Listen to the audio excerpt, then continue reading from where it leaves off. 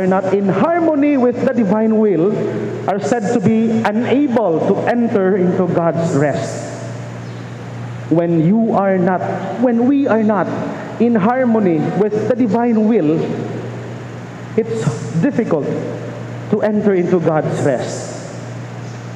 The letter to the Hebrews, for example, described the chosen people as not entering into God's rest.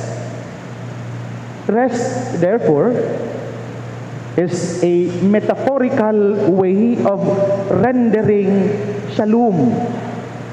That is, peace that comes to the very depths of one who lives rightly, ordered life. That peace that only God can give.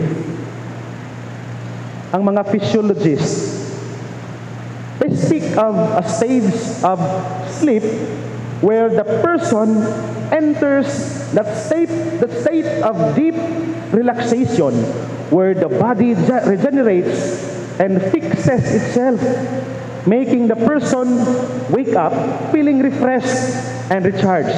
Ang mga physiologists, kabalo sila na ay klase sa pagkatulog nga ang usa ka tawo nga matulog musulod sa usa ka lawom kaayo nga klase sa relaxation nga inigmata niya, feeling kaayo niya nga refreshed o regenerated siya.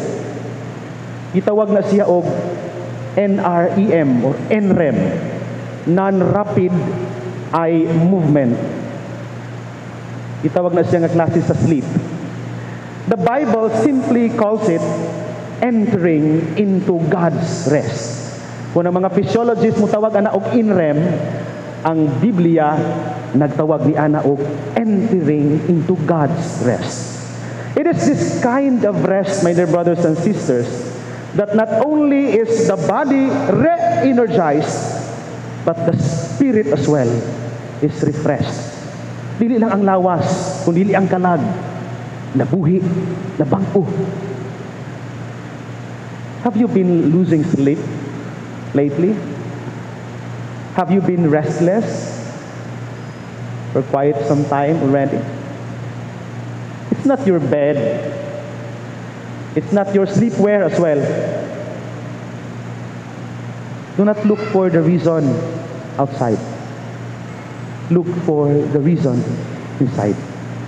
Because sometimes the reason we cannot find rest ourselves is because God has not rested first here.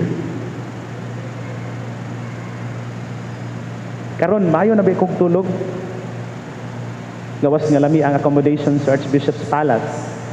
The food as well is pagkalaway gyud. The company as well is abundant sa ilahang pakigsuot. It's not just that. Wala naman gugpo magduha-duha. Naapa ko yung mga kabalaka, inigabot na ako puhon sa Manila, kung kahibaw kaayo magtagalog. Nabalaka sad ko sa mga subjects. Kay it's been 5 years when I rested, no? Kanang magtuon. Agawas nga magtuon sa wali, kanang magtuon gyud ba, no? Academically for a test, for an exam. Wala naman guna, sulod sa 5 ka tuig. Napakuha na nga mga kabalaka. But why is that I am no longer disturbed with those doubts? It's because I know that God is with me and that He will never leave me and that I will find rest, knowing full well that He has already find rest in me. Salig gyud ko kaayo that God, first and foremost, is already here. And I'm praying, and please pray for me as well, na dili siya mobiya o baka dili na ako mapapahawa sulod. And I pray as well that you will have the same rest you are looking for, and you will only find that when you allow God to rest here. Please rise.